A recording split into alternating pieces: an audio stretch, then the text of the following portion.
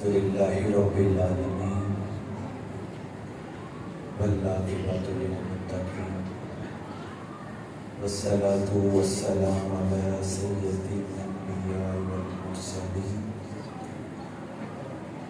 وعلی آلہ وصحبہ اہل بیتہ اجمعین اما بعد فاعوذ باللہ من الشیطان الرجیم بسم اللہ الرحمن الرحیم ورفعنا لک ذکرک صدق اللہ العظیم ان اللہ وملائکتہ یصلون علی النبی یا ایھا الذین آمنوا صلوا علیہ وسلموا تسلیما السلام علیکم یا سیدی یا رسول اللہ وعلی آلہ وصحبہ یا سیدی یا حبیب اللہ السلام علیکم یا سیدی وعلی آلہ وصحبہ پاک ہے وہ ذات جس کے قبضہ قدرت میں ہماری جان ہے، پاک ہے اس کے محبوب کی ذات جس کا ذکر کرنے کے لیے آج ہم اس پاک مسجد میں حاضر ہیں۔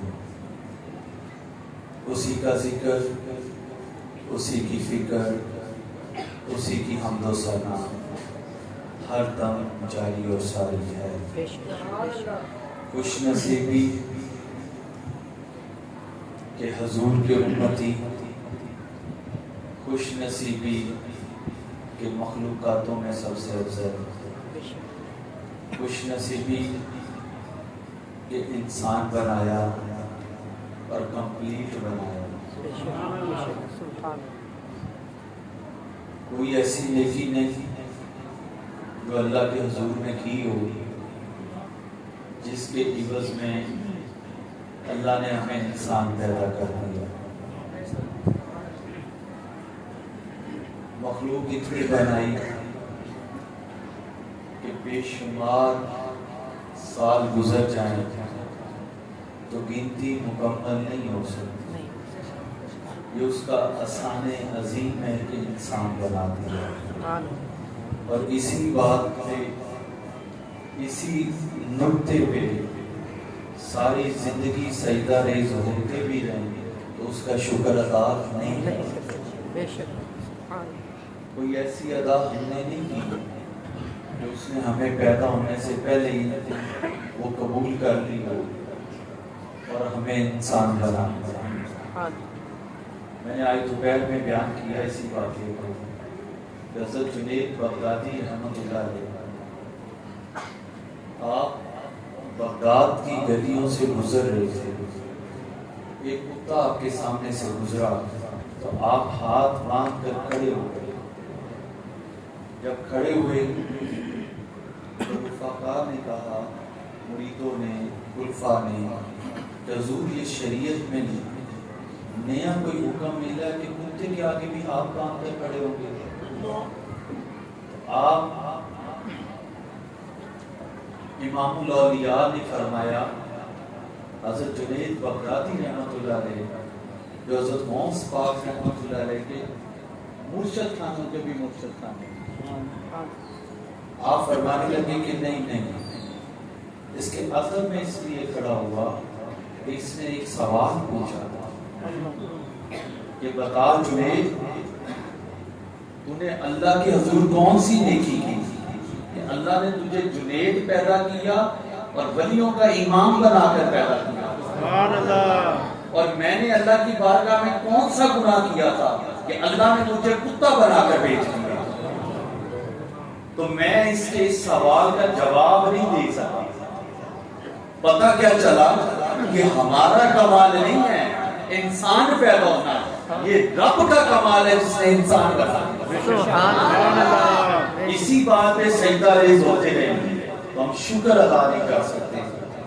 مجھے دوبارہ آپ کے درمیان بیٹھ کر بہت زیادہ خوشی ہے، آپ کی محبتوں کا، آپ کے پیار کا، بالخصوص مفتی قاری قاسم صاحب جنہوں نے بڑی محبت فرمائی، آپ کے درمیان دوبارہ بلایا، آسان فرید کا طالب علم جو وہاں سے سنتا ہوں آپ کو سناتا ہوں،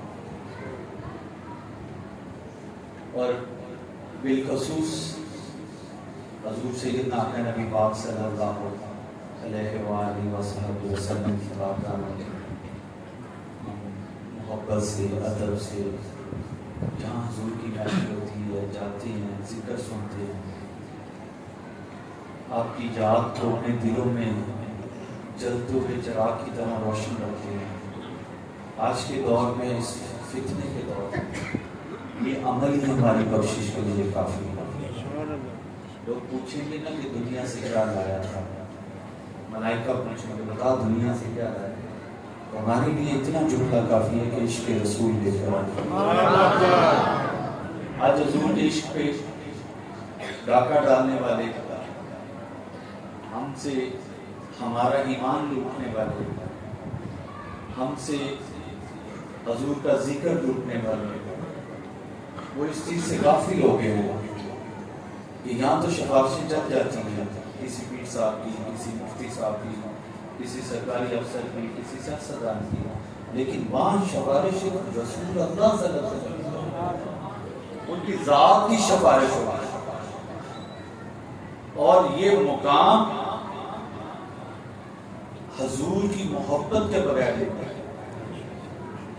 کیونکہ شاعر نے کہا خوب فرمایا نا کہ محمد سے وفا تو نے تو ہم تھے، یہ جو لفظ ہم استعمال ہوا ہے نا، یہ مخصوص وقت کے لیے نہیں تھا، قیامت تک جو آتے رہیں گے یہ ہم سب اس میں شامل ہیں، کہ اگر تیری محبت حضور سے ہوئی اور تو نے ان کی اطاعت میں زندگی گزاری تو آنے والی مخلوق بھی تیری ہوگی۔ یہ جہاں چیز ہے کیا لوح و قلم بھی تیری۔ آپ یہ دیکھیں کہ بابا جی کو کسی نے دیکھا، لفظ ہم کی بات آ گئی، شعر بے شک 1900 کی دہائی کی سٹارٹنگ میں بیان کیا گیا، لیکن یہ جو لفظ ہم علامہ اقبال رحمۃ اللہ علیہ نے بیان کیا ہے نا، یہ آپ نے 1400 سال پہلے کی بات بتا دی کہ صوفیاء کے عقیدے میں یہ لفظ ہم جو ہے یہ وفا میں آیا، اور دیکھیں آج حضور کی شکل کو دیکھے بغیر لوگ حق فرید یا فرید کے نعرے لگا رہے ہیں۔ یہ اللہ کا شان عظیم نہیں ہے کہ لوگ اللہ کا ذکر کرتے ہیں، اللہ والے اللہ کا ذکر کر گئے، مخلوق محبت کر حضور گنج شکر کا ذکر کیے جائے۔ سبحان اللہ۔ میں سمجھتا ہوں کہ یہی توحید ہے، اے بندے تو میرا ذکر کر میں تیرا کروں، تو مجھے تنہائی میں یاد کر میں تجھے ملائکہ میں یاد کروں، جب ملائکہ میں یاد کروں گا تو رزق لے کر زمین پہ اتریں گے، وہ ہر دل میں ڈالیں گے کہ آپ فرید یا حق فرید یا فرید، حق فرید حق فرید یا فرید۔ یہ ذکر فرید اللہ کروا رہا ہے، اور کس کے عوض کروا رہا ہے؟ وفائے مصطفیٰ میں، ذکر مصطفیٰ میں۔ ساری زندگی حضور بابا صاحب رحمۃ اللہ علیہ اللہ اور اس کے رسول کا ذکر کرتے ہیں۔ مجھے واقعہ اس سے یاد آیا، آپ کی خدمت میں ایک بچہ حاضر ہوا، عرض کرنے لگا حضور سونا بنانا سیکھنا چاہتا ہوں۔ اللہ اللہ، کیا بنانا سیکھنا چاہتا ہوں؟ سونا بنانا، سونا بنانا سیکھنا چاہتا ہوں۔ مجھے یہ پتہ ہے کہ اللہ کے نبی سونا بنانا جانتے ہیں۔ فرمایا تو بنا کر کیا کرے گا؟ عرض کرتا حضور پیسہ کماؤں گا، سونا بناؤں گا، بیچوں گا، پیسہ کماؤں گا، جب پیسہ آ جائے گا پھر شادی کروں گا، شادی ہو جائے گی پھر اللہ بچے عطا کرے گا، بینک بیلنس بناؤں گا، جائیدادیں بناؤں گا، کاروبار کروں گا، جب بچے جوان ہو جائیں گے پھر سکون سے زندگی گزاروں گا۔ حضور گنج شکر کا فرمانے علی شان، آپ فرماتے اس کا مطلب تجھے سونے کی ضرورت نہیں ہے، تجھے سکون کی ضرورت ہے، تجھے سکون کی ضرورت ہے۔ اگر یہ سب تیرے پاس ہوا اور سکون تجھے میسر نہ ہوا تو پھر کیا کرے گا؟ خاموش ہو گیا۔ آپ نے فرمایا اس سے بہتر نہیں ہے کہ تجھے سکون کا نقصہ بتاؤں، نقصہ تجھے سکون کا بتاؤں کہ سب کچھ تیرے پاس نہ ہوا اور سکون تجھے مل گیا تو زندگی تیری جنت ہو جائے گی۔ عرض کرتا حضور ٹھیک ہے پھر آپ بہتر جانتے ہیں، بہتر سنتے ہیں، بہتر سمجھاتے ہیں، سکون کا نقصہ بتائیں۔ آپ نے فرمایا بیٹا جس دل میں اللہ اور اس کے رسول کا ذکر نہیں ہوتا اس دل میں سکون بھی نہیں ہوتا۔ آج ہم سوچتے ہیں کہ یہ مائک لگا ہوا ہے، لوہے کا ہے تو اسے زنگ لگ گیا ہے تو اسے چینج کر لیں۔ اسی طرح انسان کو بھی زنگ لگتا ہے، کسی کی آنکھوں کو زنگ لگ جاتا ہے، کسی کی زبان کو زنگ لگ جاتا ہے، کسی کے دل کو زنگ لگ جاتا ہے۔ یہ جب تک اندر کا چراغ نہیں جلے گا تو یہ زنگ نہیں ختم ہوتا۔ اندر کا چراغ جلے گا کیسے؟ عشق رسول۔ اولیاء کی بارگاہ سے عشق ملتا ہے تب ملتا ہے۔ اگر یہ مل گیا تو دنیا بھی جنت ہوگی، آخرت بھی جنت ہوگی۔ جیسے آپ لوگ عقیدت سے جاتے ہیں کہ بابا صاحب کا دروازہ گزریں گے تو جنت مل جائے گی، وہ دروازہ کس کا ہے؟ شیخ فرید الدین کا۔ گزر کون رہا ہے؟ اس کے ماننے والا۔ اب اس نے کرنا کیا ہے؟ فرمان مصطفیٰ جو حضرت نظام الدین اولیاء روایت فرماتے ہیں، قال رسول اللہ صلی اللہ علیہ وسلم من دخل هذا الباب جو یہاں سے داخل ہوا وہ امن اور سلامتی میں آ گیا۔ پتہ کیا چلا کہ حضور گنج شکر کے راستوں پہ جو چلے گا اس کے لیے جنت کے دروازے کھل جائیں گے۔ میرے بھائیوں، میرے بزرگوں، میرے بچوں، زندگیوں کو عشق رسول میں گزارو۔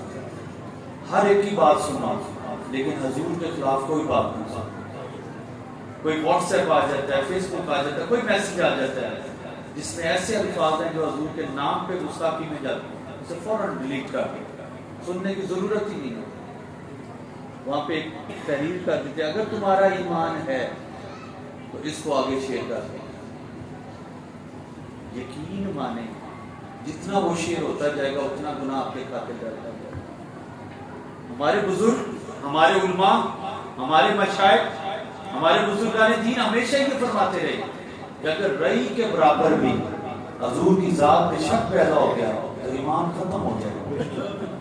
تو آج تو ٹوکرے اٹھا اٹھا کر ہمیں بھیج رہے ہوتے ہیں کہ مسلمانی سے آگے زیادہ سے زیادہ چیز کریں۔ میں نے یہ آج سے 15 سال پہلے جب ابتدائی دور تھا اس میں اپنے جب میں مدارس میں تھا اس وقت میں نے یہ کہا تھا کہ کوئی مواد بھی آپ کے پاس آ جاتا ہے اس کو ڈیلیٹ کر دیں۔ اس ٹائم تو ڈیسک ٹاپ کا دور تھا، آج کا تو موبائل کا دور ہے، تو میں نے کہا تھا کہ ڈیلیٹ کر دیں۔ کئیوں نے اختلاف کیا لیکن آج اس بات کو مانتے ہیں کہ یہ ڈیٹا شیئر کرنے سے ہمارے کھاتے میں بھی گناہ پڑتا ہے۔ میرے بھائیوں، عشق رسول میں زندگی گزارو۔ اگر عشق نہیں ہے نا آپ کے پاس تو کچھ بھی نہیں ہے۔ ہم سمجھتے ہیں شاید گاڑیاں، بنگلے، کوٹھیاں، سٹیٹس، یہ کوئی سٹیٹس نہیں ہے۔ بابا جی کے پاس کتنی گاڑیاں تھیں، کتنے مالات تھے، کتنی بادشاہیاں تھیں، کچھ بھی نہیں تھا۔ جو آتا تھا رائے خدا میں بانٹ دیتے تھے اور زندگی عشق رسول میں گزاری اور اس زندگی گزارنے کی برکت دیکھیں۔ بندہ مر گیا، اکاؤنٹ بند۔ یہاں اگر کوئی بینک جاب پر بیٹھا ہے اسے پتا ہوگا، آپ کو بھی پتا ہوگا جو بزرگ فوت ہو گئے ان کے بینک اکاؤنٹ بند ہو گئے، لیکن آج 800 سال کے بعد بھی حضور گنج شکر کا اکاؤنٹ چل رہا ہے، پیسے جمع بھی ہوتے ہیں، نکالے بھی جاتے ہیں، اور لکھا ہوا ہے اکاؤنٹ آنر حضرت بابا فرید الدین مسعود گنج شکر۔ پتا کیا چلا؟ جنہوں نے رب کے اکاؤنٹ میں اپنے بینک میں اپنے اکاؤنٹ کھلوائے ان کے اکاؤنٹ آج بھی چل رہے ہیں، جہاں لوگ پیسے ڈالتے بھی ہیں نکالتے بھی ہیں، اور جنہوں نے دنیا کے اکاؤنٹ کھولے وہ بند ہو گئے۔ جیسی آنکھ بند ہوئی میت کب اٹھائی جائے گی، جنازہ کب پڑھایا جائے گا، جنازہ کب دفن کیا جائے گا، پہلے میں ہی آپ کا نام ختم ہو گیا۔ نام کس کا زندہ رہا؟ جس نے اپنی زندگی عشق مصطفیٰ پہ گزاری، جس نے اپنی زندگی بارگاہ مصطفیٰ کے لیے وقف کر دی۔ مجھے یاد آیا کہ وہ واقعہ حضور رات کے ٹائم ایک گلی سے گزر رہے ہیں، چھوٹا سا معصوم بچہ روئی جا رہا ہے، دروازہ ہلکا سا کھلا ہوا ہے۔ حضور اس گلی سے گزرے تو آپ نے بچے کی رونے کی آواز سنی تو آپ نے دروازے کو ہاتھ لگایا، دروازہ کھل گیا۔ جب کھلا تو آپ نے دیکھا ایک چھوٹا سا بچہ چکی چلا رہا ہے اور روئی جا رہا ہے، چکی چلا رہا ہے، روئی جا رہا ہے۔ آپ اس کو دیکھتے رہے، اس کے پاس آئے، اسے پیار کیا۔ ابھی اعلان نبوت نہیں فرمایا، اسے پیار کیا، پوچھا بیٹا کیوں رو رہا ہے؟ میں غلام ہوں اور غلام زیادہ ہوں. میری نسلوں میں سارے غلام گزرے ہیں.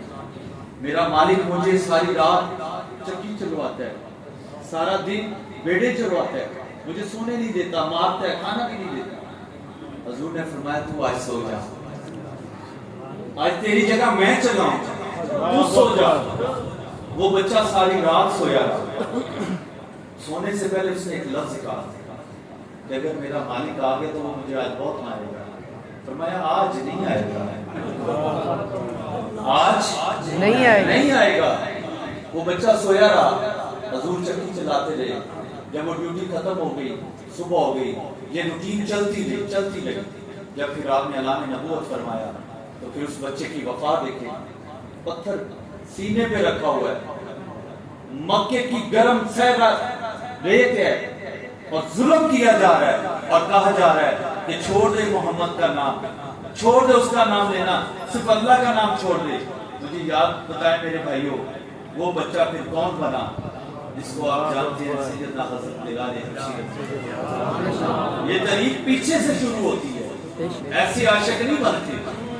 سب کچھ جب دیکھا کہ ایسا شفیق کہ ساری رات میرے لیے چکی چلا رہا ہے اور میں سویا ہوا ہوں, تو پھر انہوں نے مارے بھی کھائے.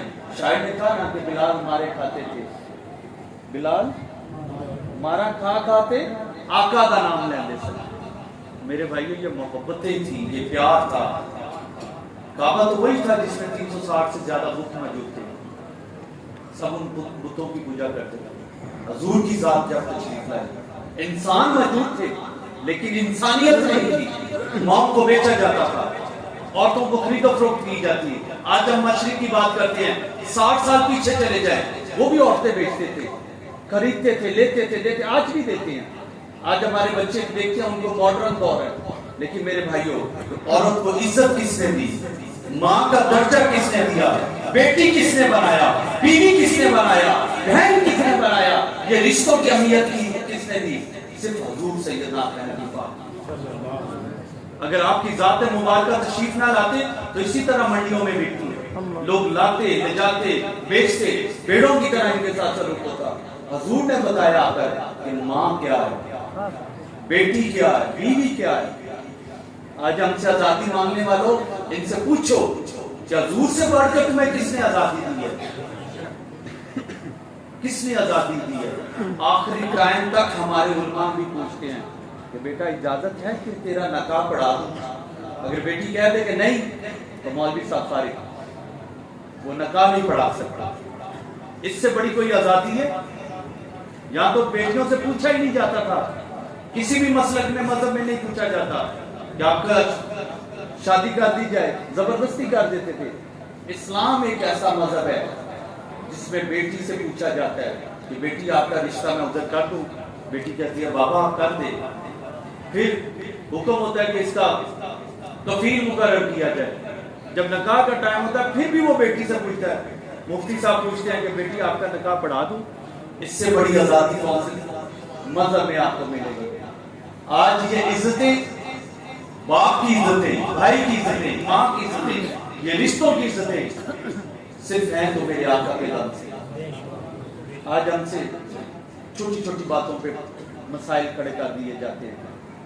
یہ شرک ہے, یہ بدعت ہے, یہ فلاں ہے. مسجد میں جب ہم آتے ہیں نیت بھی ہے, امام کے پیچھے بھی کھڑے ہیں, سب کچھ وہی عمل ہے, سجدہ بھی کر رہے ہیں, لیکن سجدہ کس کو کر رہے ہیں؟ اللہ. پتہ کیا چلا کہ نیت والمراد, کہ ہمارا سجدہ بے شک ایک دوسرے کے پیچھے ہو رہا ہے لیکن سجدہ ہم نے اللہ کی ذات میں کیا. اور بابا صاحب اس پہ بڑا خوبصورت فرما گئے, اٹھ فریدہ ستیا وضو ساز, جو سے سائیں یقینا چکے انہوں کا پکار. کہ یہ سر مالک کے آگے جھکنا چاہیے, اسی کی حمد و ثنا ہے, اسی کا ذکر ہے اور اسی کے محبوب کا ذکر ہمیشہ رہے گا. آج سے 1000 سال بعد بھی جو مخلوق آئے گی اسی کا ذکر کرے گا, اور نام انہی کا رہے گا جن کی زندگی عشق مصطفیٰ میں گزری, عشق رسول میں گزری, اہل بیت کی محبت میں گزری. میں نہیں کہتا کہ آپ ہمارے عقائد کو اپنائیں, جو آپ کا عقیدہ اس کو سنبھال کر رکھیں, لیکن ہمارا عقیدہ یہ ہے کہ ہم غلام مصطفیٰ آج بھی اور کل بھی رہیں. سبحان اللہ نعرہ تکبیر، اللہ اکبر نعرہ رسالت، یا رسول اللہ نعرہ حیدری، نعرہ غوثیہ، سرکار کی آمد، سرکار کی آمد، مکی کی آمد، مدنی کی آمد، سونے کی آمد، جشن میلاد النبی زندہ باد. ایک مجھے واقعہ بڑا خوبصورت یاد ہے. سبحان اللہ سبحان اللہ حضور سلیمان علیہ السلام ہفتہ تک مدینے کے اوپر سے گزرا. کئی 100 سال بعد حضور اس مدینے میں تشریف لائے. اللہ رب العزت کی ذات نے حکم دیا کہ سلیمان تک اپنا نیچے اتار. آپ جب مدینے کے اوپر سے گزرے تو نور تھوڑا سا نظر آیا.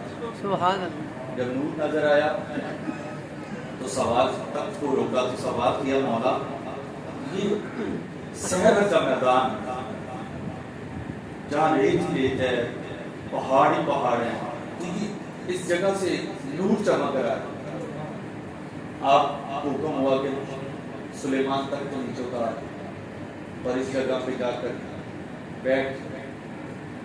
جب آپ نے تخت نیچے اتارا جنات ملائکہ جو بھی آپ کے تابع تھے مخلوقات وہ آپ کے ساتھ تھا. آپ کے کچھ صحابی بھی آپ کے ساتھ تھے. اترے اس جگہ کا زیارت کی تو اللہ نے فرمایا سلیمان یہ میرے آخری نبی کی آرام گاہ ہے سبحان اللہ. اور آخری آرام گاہ. اس زمانے میں آپ کا ایک بڑا پیارا مرید تھا صحابی تھا جو اس کا بھی نام ذہن میں آتا ہے تو میں عرض کرتا ہوں. اس نے عرض کی حضور اگر آپ اجازت دیں تو میں یہ کام کروں. تو باپ میں عرض کی حضور اگر آپ اجازت دیں تو میں یہی کام کروں. محبت کا عالم دیکھیں.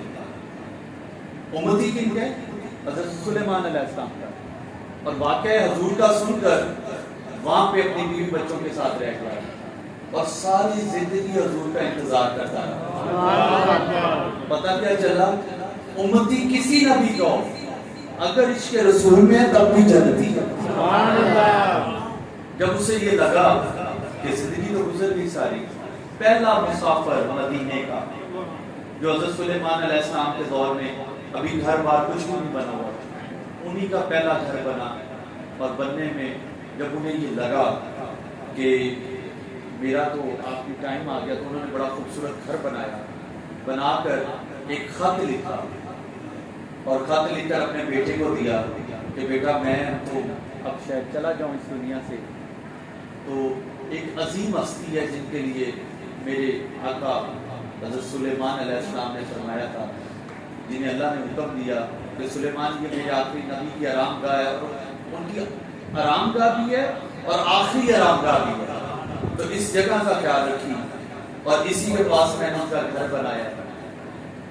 اگر تیری زندگی میں وہ آ جائے تو تمہیں ہر کام چھوڑ کے ان کے اوپر ایمان لے جانا.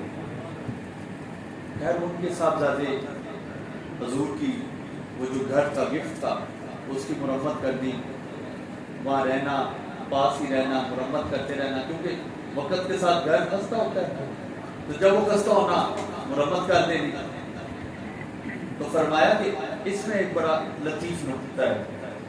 فرمایا اگر تیری زندگی میں نہ آئے تو اپنے بیٹے کو دے دے. یعنی وراثت اسی طرح چلاتے رہنا.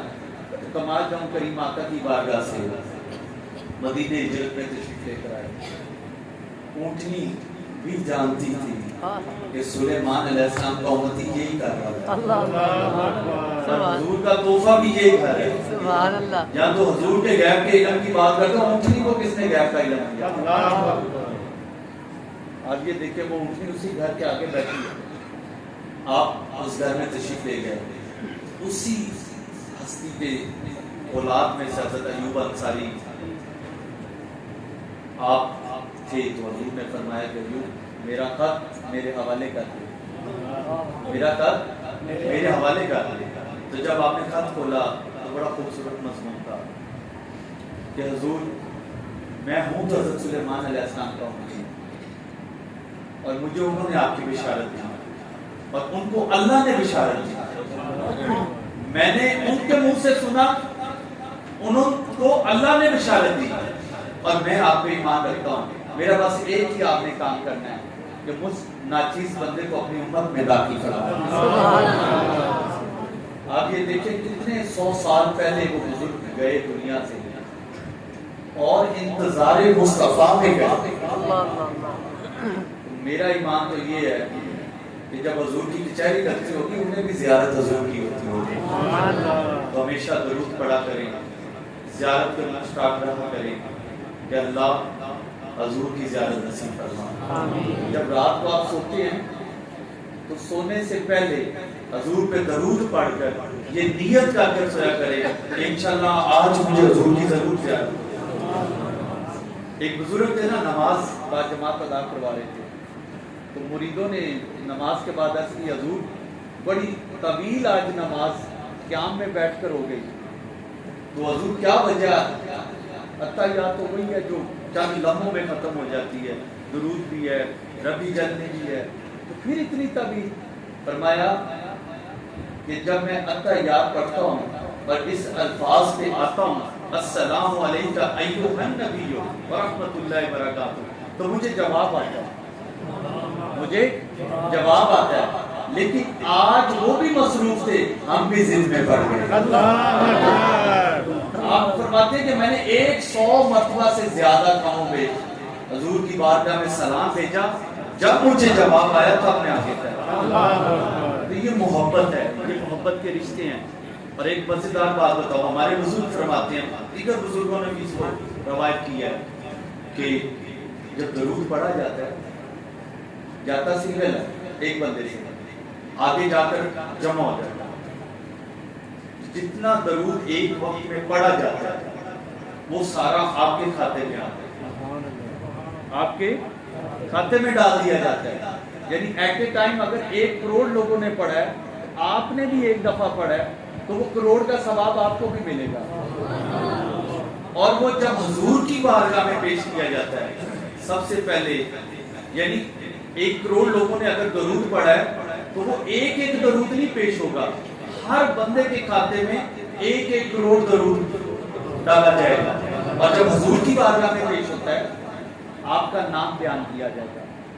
یعنی اگر میں نے پڑھا ہے تو ملائکہ عرض کریں گے حضور عثمان فرید چشتی نے پڑھا ہے. آگے کیا کہیں گے؟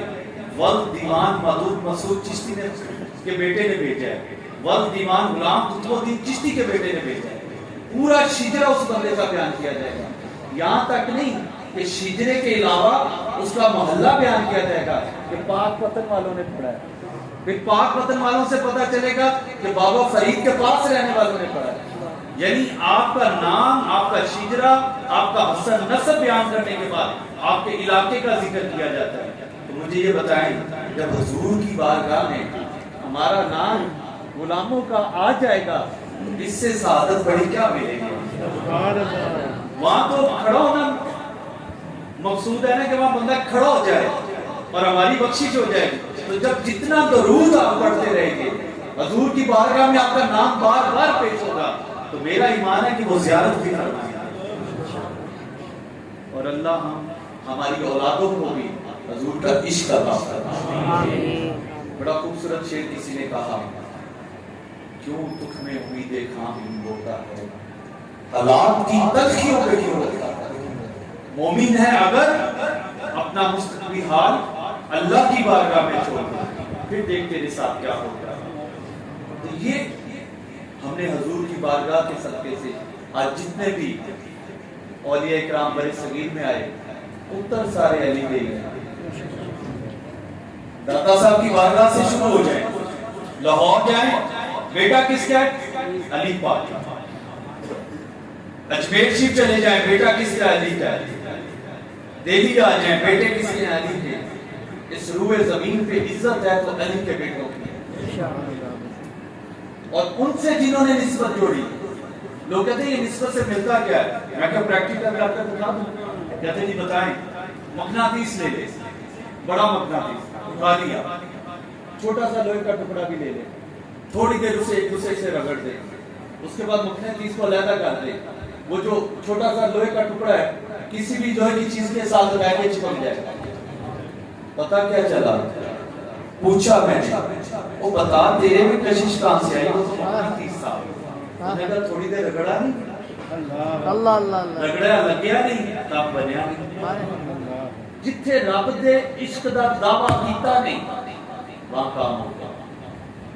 یہ اندر کا چراغ جلا اور اندر کا چراغ جلے گا ذکر مصطفیٰ سے. بے شک بابا صاحب فرماتے ہیں نا اٹھ فریدا ستیا جھاڑو دے وچ بسی تو ستا رب جاگدا ڈاڈے نال کرے. یہ جو جھاڑو لگانے کی بات ہے نا یہ دل کو صاف کرنے کی بات ہے کہ اس دل کو صاف کر لے اور چراغ مصطفیٰ جلا لے. دنیا تیرے پیچھے ہوگی اور تو دنیا سے جان چھڑا لے. میرے بھائیو آج ختم نبوت کے عقیدے پہ ڈاکہ ڈالا جا رہا ہے. ہمیں حضور کی نبوت سے ہماری اولادوں کو, ہمارے بچوں کو, ہمارے بھائیوں کو میں کیا چیز سیدھی گل ہے اسی تے کانا ولی نہیں مانتے تسی کانا نبی لے کے پورے. ہمارے عقائد کے مطابق ہم کانا ولی بھی نہیں مانتے. جو آنکھ سے کانا ہو جائے اور ولایت رکھے یہ ہو ہی نہیں ہو سکتا. اس کی زندہ مثال میرے جدی اعلیٰ کی جلدی شکر ہے. مرشد کی بارگاہ میں گئے, خواہش ہوئی کہ وضو کروانا ہے, پانی گرم چاہیے. بڑھیا کے پاس گئے, عرض کی حضور, بڑھیا کو فرمایا کہ میں نے اپنے مرشد کو پانی گرم کر کر وضو کروانا ہے, مجھے تیرے سے آگ چاہیے. اس نے آگ دے دی, سردی تھی بجھ گئی. پھر دوبارہ گئے, تیسری دفعہ گئے, اس نے کہا نا 2 دفعہ دی ہے, اب تیسری دفعہ کچھ لوں گی, کچھ دے اور کچھ لے. آپ نے فرمایا کہ ماں کیا مانگتی ہے؟ اس نے کہا پیسے نہیں چاہیے, تیری آنکھ بڑی خوبصورت ہے وہ چاہیے.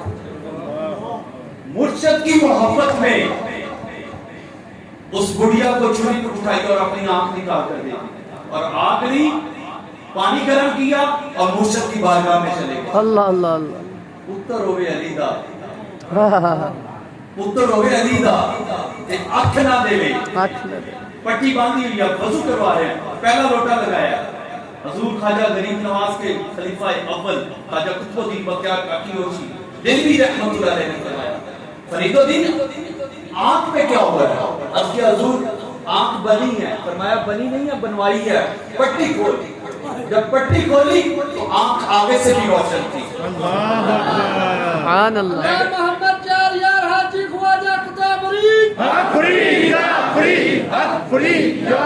آپ یہ دیکھیں کہ آنکھ مرشد کے لیے بھی, اور مرشد میں اللہ نے یہ پاور دی کہ آنکھ واپس آ گئی.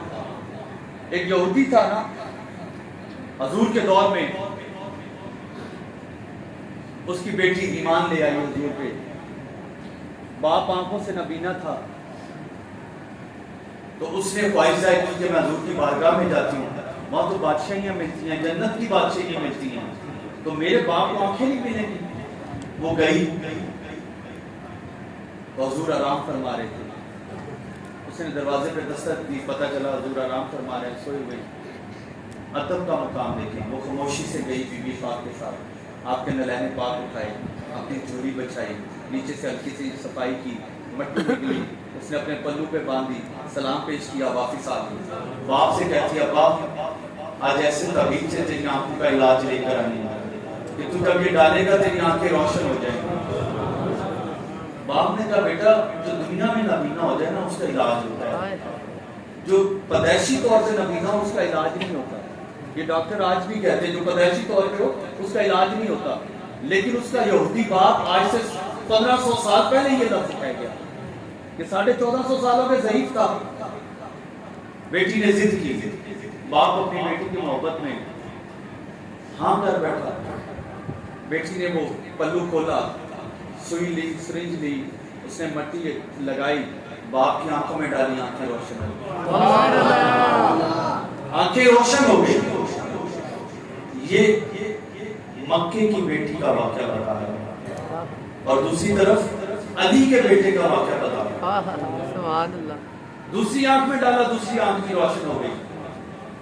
اس نے شکریہ ادا کیا, پوچھا بیٹا مجھے بھی لے چل اس کے پاس, میں بھی اس کا شکریہ ادا کروں جس نے پیدائشی نبی نے تو روشنی دے دی. ابھی تو آنکھوں کی روشنی آئی تھی، تو بیٹی نے انکار کیا بتانے سے، لے جانے سے بھی انکار کیا. تو اس کے باپ کے اصرار پہ اس نے بتایا کہ میں کہیں سے نہیں لائی، یہ محمد عربی کی جوتیوں کی خواب لے کر آئی. اس نے اپنی ڈگ سے کھنجر نکالا، کہا بیٹی مجھے قتل کر دیتی کہ عمل نہ کرتی. کھنجر نکال کر اس نے اپنی آنکھ پہ مارا، آنکھ باہر آ گئی. ادھر فرید آنکھ نکال رہا ہے، ادھر مکے میں وہ یہودی آنکھ نکال رہا ہے. دوسری آنکھ کی طرف گیا، اس کو نکالا، پہلی روشن ہو گئی. دوسری کو نکالا، پہلی کی طرف آیا، پھر روشن ہو گئی. تین دفعہ اس نے دائیں اور بائیں کی آنکھیں نکالی. جیسے نکالتا پہلے سے زیادہ روشن ہو جاتی. ایک ہی دم غیب سے ندا آئی، اے یہودی اگر یہ رب نے دی ہوتی تو پہلی دفعہ میں لے لیتا، یہ مصطفیٰ نے دی ہے، یہ قیامت تک نہیں دی جاتی. جب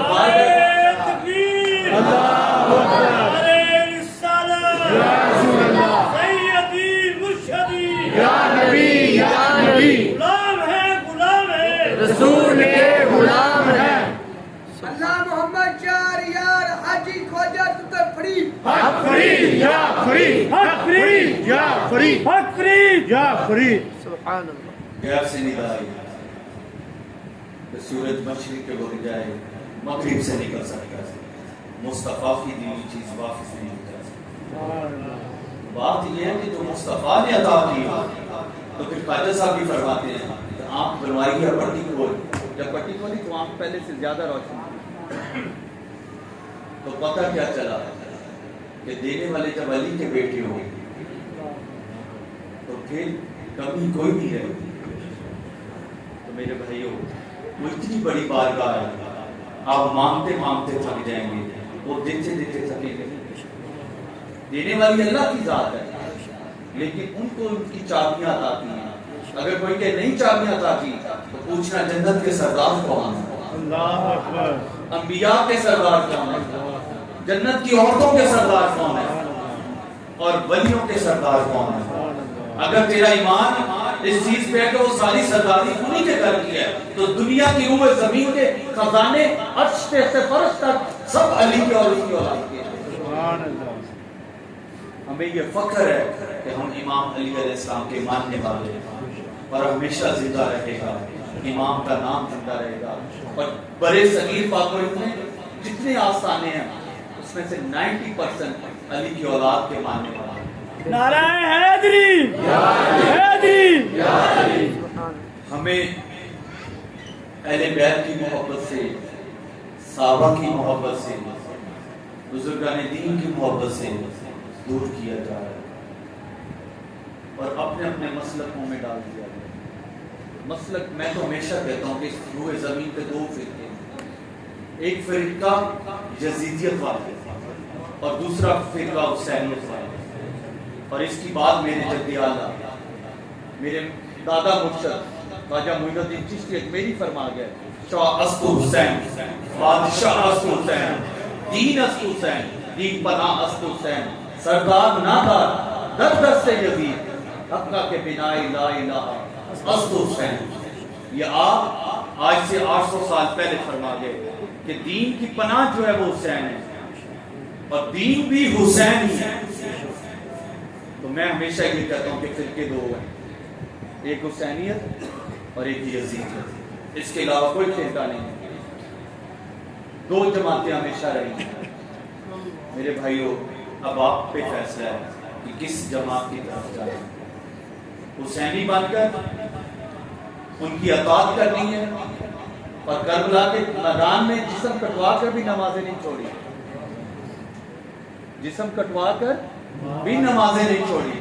ہم تو اسی کے کمروں میں بیٹھ کر سکون سے زندگی گزار کر پھر نمازوں کو چھوڑی جا رہی ہیں. میرے بھائیوں، نماز کی پابندی کریں. اللہ آپ کا میرا خاتمہ بھی ایمان فرمائے اور قرآن اور نماز پڑھنے کی توفیق دے.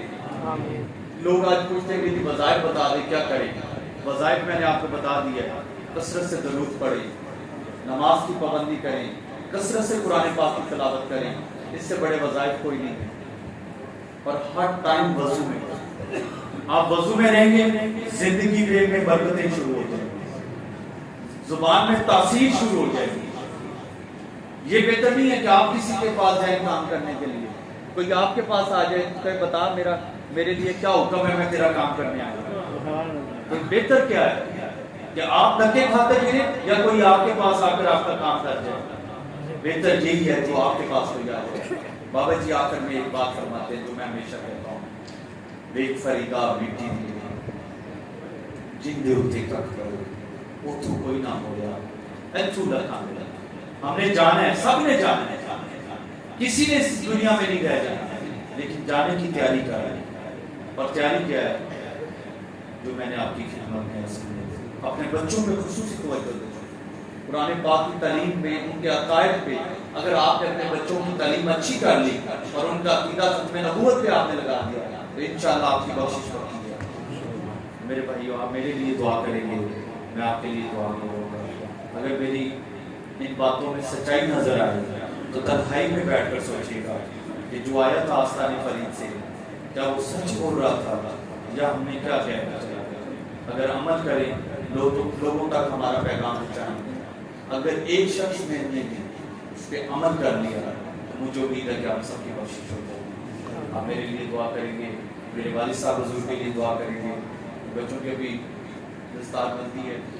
اللہ رب العزت کی ذات ان بچوں کو ہمیشہ دین دنیا کی بلائیاں عطا فرمائے جنہوں نے جن کی آج دستار بندی. جزاک اللہ.